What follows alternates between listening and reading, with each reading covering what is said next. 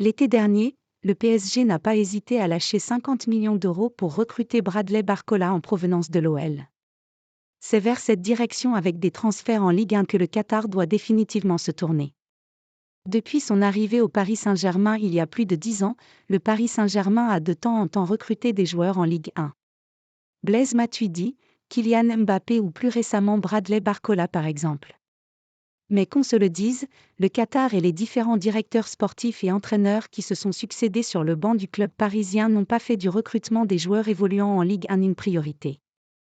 Le transfert de Bradley Barcola en provenance de l'OL est une réussite et cela doit inciter le PSG à investir plus massivement sur des joueurs évoluant dans le championnat de France. C'est tout du moins le conseil délivré par Karim Benani dans l'équipe de Greg.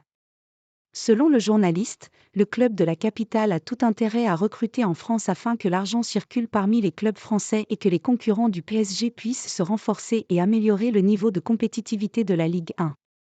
Quand on regarde l'évolution du PSG par rapport au salaire, je trouve qu'ils font moins de folie qu'avant.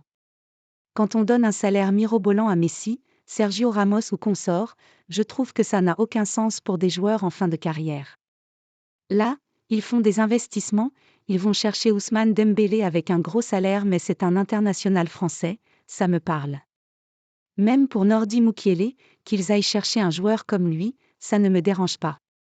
Oui à 700 000 euros mais à l'échelle du club, c'est correct, ça ne me dérange pas.